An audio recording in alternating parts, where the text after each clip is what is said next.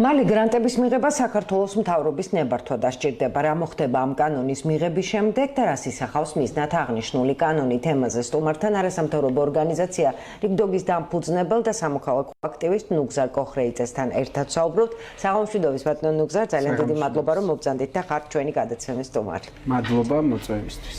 აუცილებლად მინდა გკითხოთ აზრი იმასთან დაკავშირებით, რაც ახლა ხდება კანონთან მიმართებაში. კანონი, რომელსაც დაჩქარებული წესით აპირებს მიიღოს ქართულმა ოცნებამ, გულისხმობს იმას, რომ საქართველოს მეგობარი ქვეყნებისგან და არანაირი დონორისგან არ ექნება მიიღოს უფლება გრანტი, თუ ეს არ იქნება შეთანხმებული საქართველოს მთავრობასთან.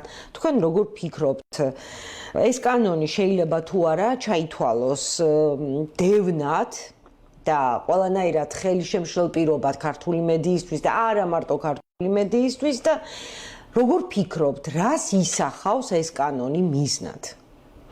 მოგესალმებით, ეს არ არის კანონი, ეს არის ცვლილება კანონში. კი ბატონო. თქვენ მაყურებლისთვის რომ ახლა ნათელი გავხადოთ ამბავი, როგორც თქვენ გახსოვთ, ქართულმა ოცნებამ გასული წლის თებერვალში, შემდეგ მაისში საბოლოოდ მიიღო რუსული კანონი 1.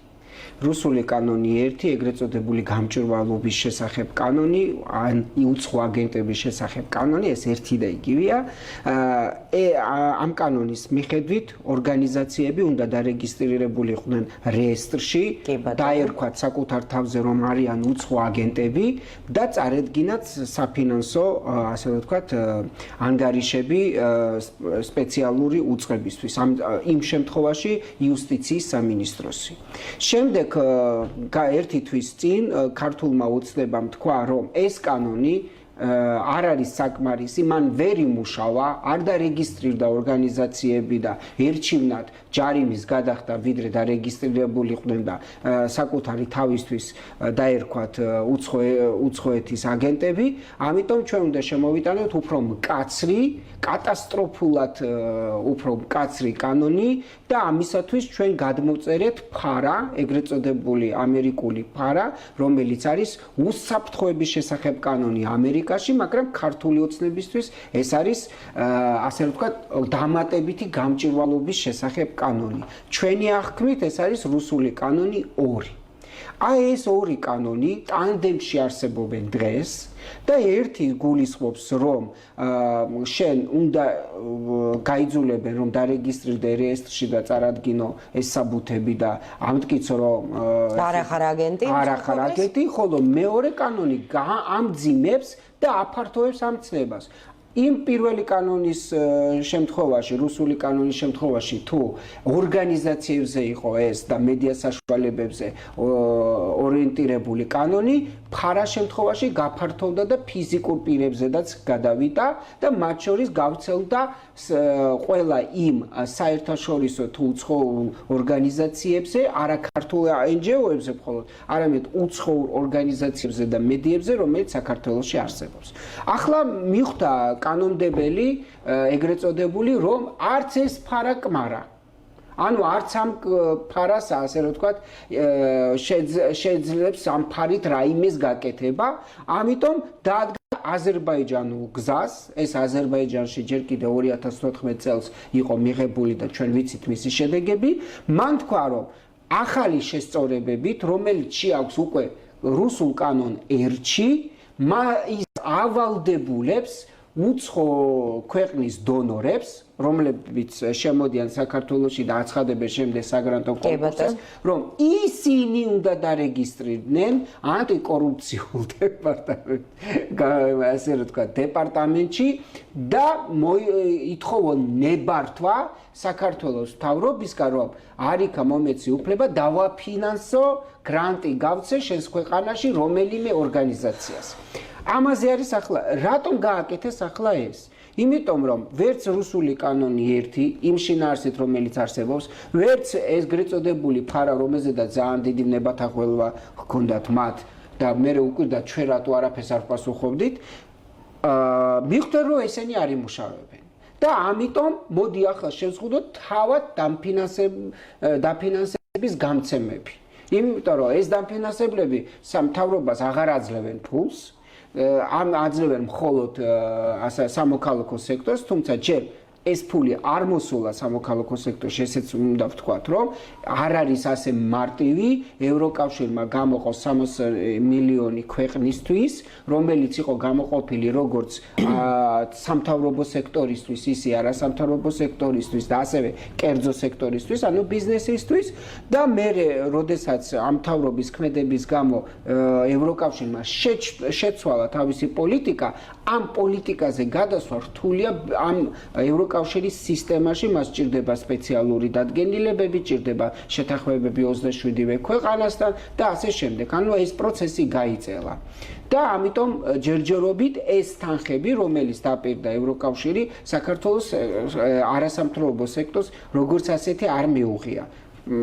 ის გაცხადებული 300 მილიონი, რომელზედაც არის საუბარი. კი ბატონო, არ მიუღიათ, მაგრამ რომც დადგეს ის მომენტი, როდესაც მოგვარდება ყველა ის პროცედურალური, თქვათ, ნაბიჯები, რაც არის ამ თანხის საქართველოში გადმოსატანად საჭირო, მერე რა მოხდება, თუ მიიღო, თუ არა, დაჩქარებული წესი დღებულობს უკვე მთავრობა ამ კანონს და რა თქმა უნდა მიიღებენ, რა მოხდება მაშინ? დატოვებს თუ არა ყველა უცხოური ორგანიზაცია, დონორები ჩვენ ქვეყანას და რა მოყვება ამ ყველაფერს?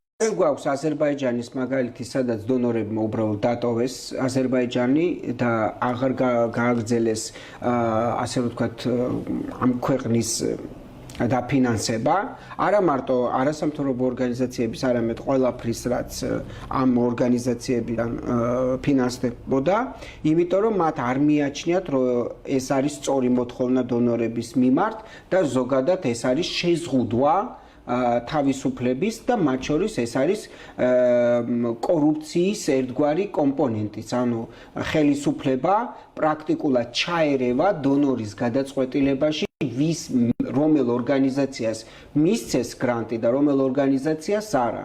და ალბათ შემდეგი პუნქტი იქნება, რომ გარკვეულ კანონქვემდებარე აქტს მიიღებს ალბათ სამინისტრო, ან ეს ანტიკორუფციული სააგენტო და იტყვის, რომ გრანტი შეიძლება გაიცემოდეს მხოლოდ ასე რომ ვთქვათ, აგენტების რეჟში რეგისტრირებულ ორგანიზაციებს. ანუ ვინც განაცხადებს თანხმობას, რომ დარეგისტრირდეს და თავის თავს უწოდოს აგენტი, მხოლოდ ასეთ ორგანიზაციებს მისცემენ? რატომ გააკეთებს ამას? მათ უნდა შეექმნათ არასამთავრობო ორგანიზაციებისთვის ფონდი.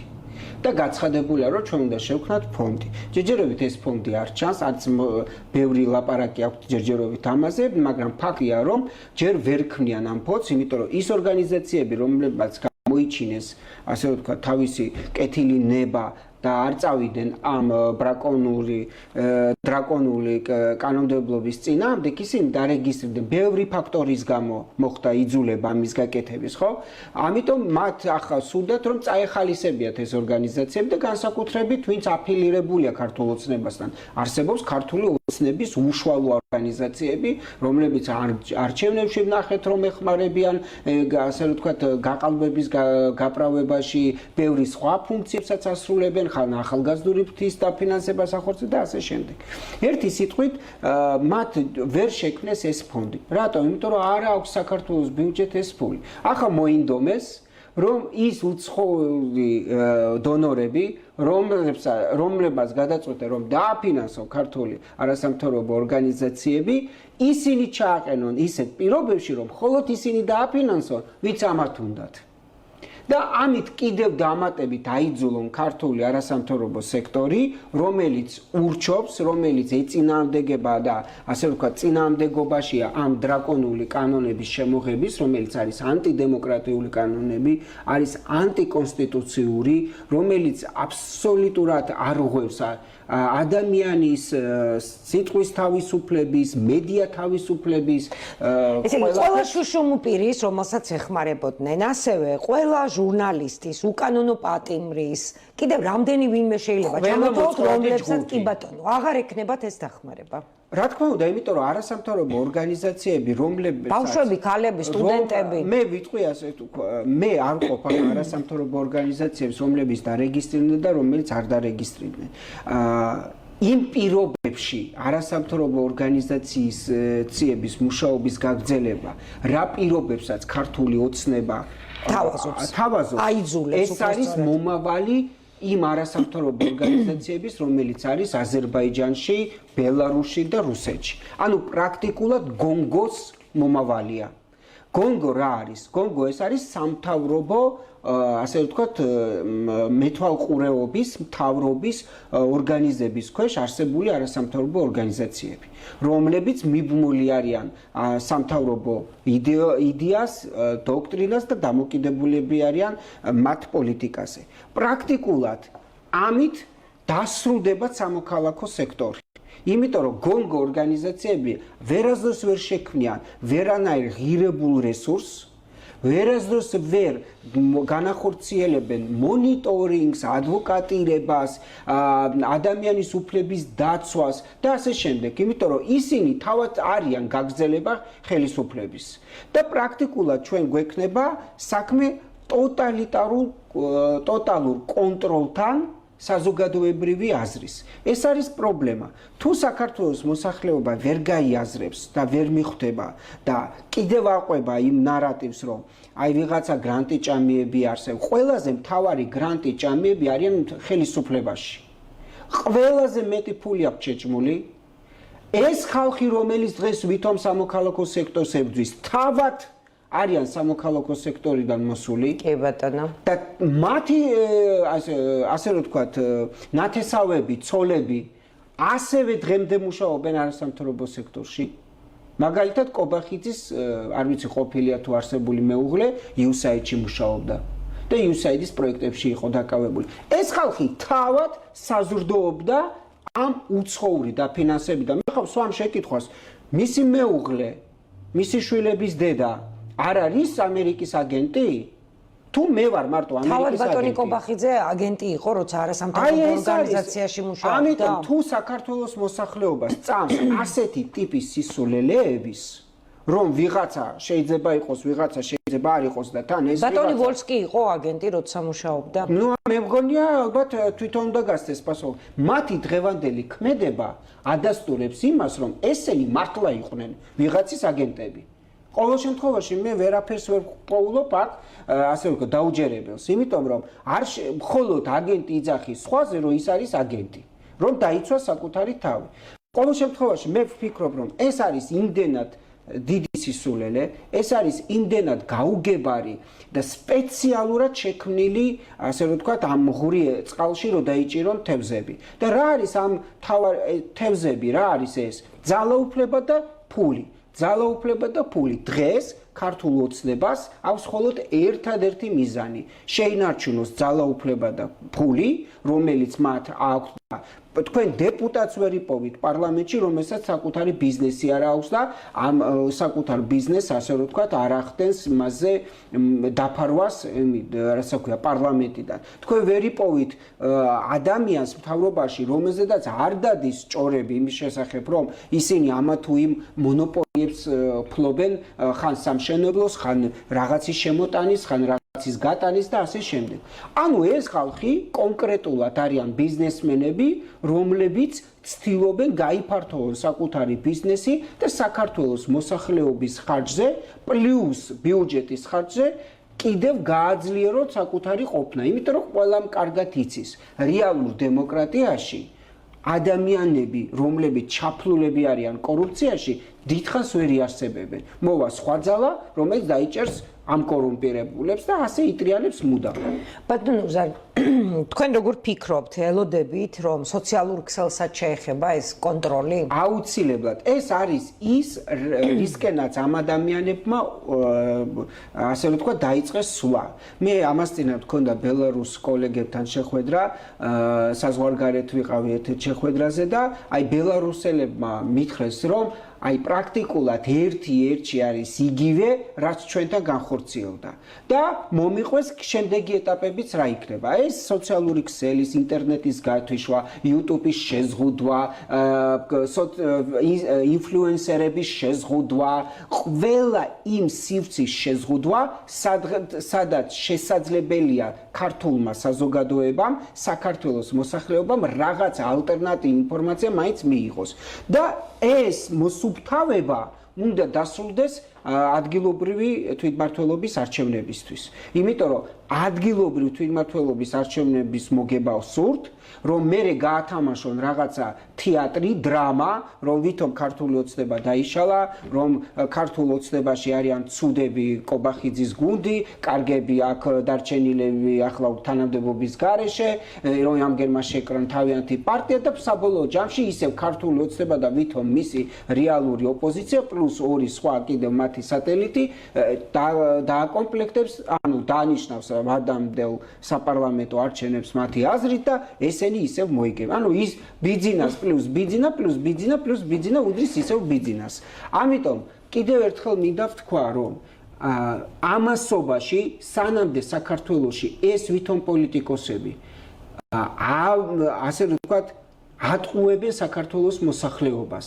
საერთოდ გონიათ რომ საქართველოს მოსახლეობა არის შტერი, არანორმალური, რომელიც ყველაფერს დაიჯერებს, რასაც ესენი შეტენიან. Deep State უნდა, გლობალური ომის პარტია უნდა, ტრამპი Deep State-ის გავლენის ქვეშაა, ილონ მასკი ვიღაცის გავლენის, ბრიტანეთი მთელი Deep State-ის გავლენის, მხოლოდ რუსები არ არიან არაფრის გავლენის ქვეშ. და ჩვენ საქართველოს და აი სანამდე ეს მარაზმი პოლიტიკური მიმდინარეობს და ეს კიდევ უფრო გააღვივდება, ერთადერთი რაც შეიძლება ამ სიტუაციას უშველოს, ეს იქნება გაცილებით უფრო დიდი კატასტროფა, ვიდრე ესენი რო ჩადიან. და ეს შეიძლება იყოს რეგიონალური გაცილებით დიდი კატასტროფა. როდესაც ამათ მოუწიოთ არა მარტო უკან დახევა, არამედ სრულად ცვლილება პოლიტიკის, იმიტომ რომ სხვანაირად თვითონაც ვერ გადარჩებიან.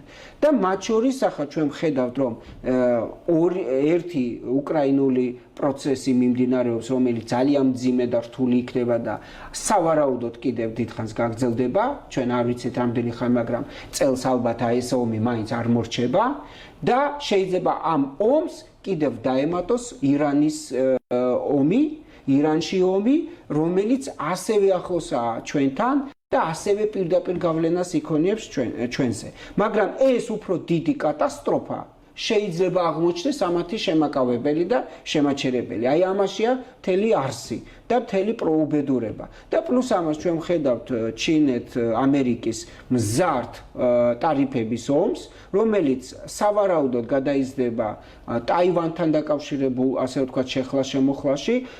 არც ჩინეთი ეცდება პირდაპირ და არც ამერიკა ერთმანეთთან შევიდეს წინააღმდეგობაში, მაგრამ ტაივანში გაიმართება ალბათ მოსასინჯი რაღაცა ამბები. თუ მანამდე სხვა რაიმე არ მოხდა.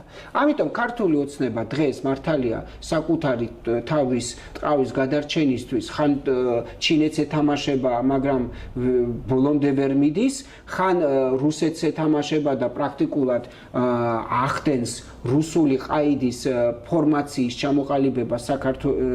ჩამოყალიბება საქართველოში და ცდილობს აი ამ კანონებით მაქსიმალურად შეზღუდოს ქართველი ადამიანის აზროვნება, მოქმედება, სიტყვის გამოხატვა, ბრძოლის უნარიანობა დააქვეითოს.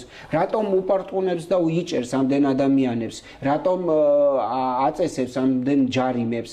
რატომ აკეთებს ამ ყველაფერს? ერთადერთი რამ, რომ ყველამ ირწმუნოს, რომ ჩვენ ისეთი ძლიერები ვართ, თქვენ მაინც არაფერი არ გაგივათ.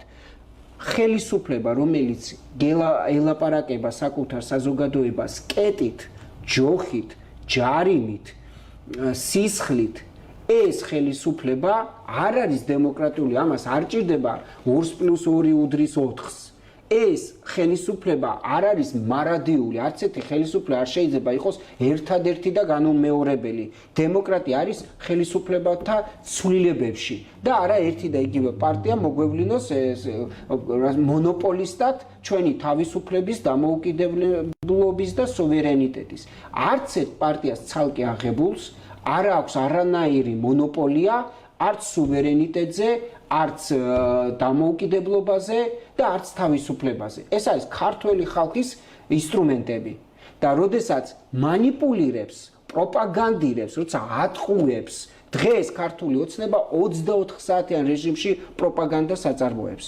24 მხოლოდ პროპაგანდით საზრდოობს, მხოლოდ პროპაგანდით არსებობს, მხოლოდ პროპაგანდით არის ხელისუფლებაში. როგორც კი გაითიშება პროპაგანდა, როგორც კი გაითიშება პროპაგანდა, დასრულებულია ქართული ოცნებებით, რომ პროპაგანდის მეტი არაფერი არ შერჩათ. ძალიან დიდი მადლობა რომ იყავით ჩვენი გადაცემის სტუმარი და თქვენი მოსაზრებები რომ გაგვიცანით, მაყურებელს შევახსენებ, რომ ჩვენი გადაცემის დღევანდელი სტუმარი გახდათ ნუგზარ კოხრეიძე.